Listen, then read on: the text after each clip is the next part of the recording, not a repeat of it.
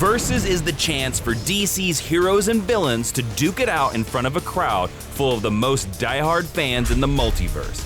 This week, two super teams battle for the top spot in Suicide Squad versus Teen Titans. First up are the worst heroes ever, the Suicide Squad. Task Force X is comprised of the world's deadliest villains, who are coerced into working as a team thanks to bombs implanted in their necks. Their opponents are DC's premier team of young heroes, the Teen Titans. This supergroup pulls together the mightiest heroes from the millennial demographic into a formidable crime-fighting force. The members of the Suicide Squad are both brilliant strategists and fearless risk-takers. The team is packed with weapons experts. Deadshot is a marksman who never misses.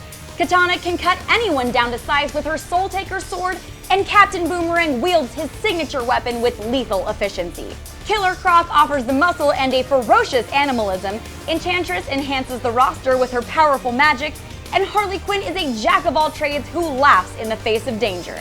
And heading up the team is field leader Rick Flag, one of America's brightest military talents.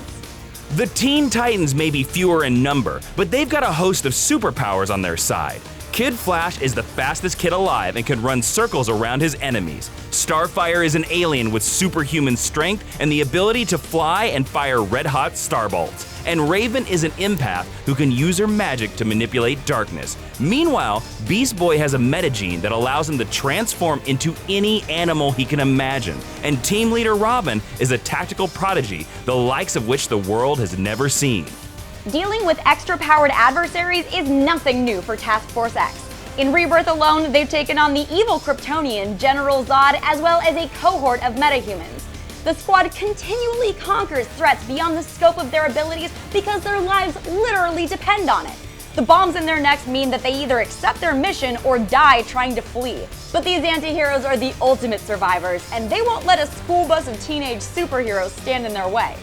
Whereas the Suicide Squad is motivated by selfish concerns, the Titans are driven by an undying devotion to justice. The first villain the team vanquished in Rebirth was Damian's grandfather, Ra's al Ghul, and they're no strangers to battle with Raven's demonic father, Trigon.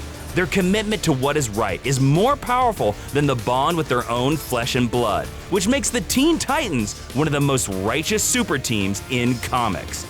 These heroes may be young, but they don't flinch when going up against monsters.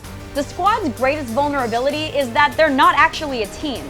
An every-man-for-himself attitude simmers underneath the surface, which is all the opportunity the Titans need to divide and conquer.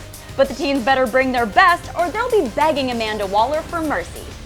The major shortcoming of the Teen Titans is youth and inexperience. Less exposure to battle can lead to rookie mistakes, which the squad, all hardened killers, will viciously exploit. But if the teenage heroes can execute Plan A, it'll be back to Bell Rev for Task Force X. When it's Suicide Squad versus Teen Titans, whose teamwork makes the dream work? Leave a comment below and tell us why your favorite would survive the free-for-all that is Versus. That's this week's Versus, so head on down to the comment section and start debating. And don't forget to tell us who you want to see duke it out, and then check back with us next week to see if we used your idea. Have a great weekend. We'll see you on Monday, Super Friends. Bye-bye.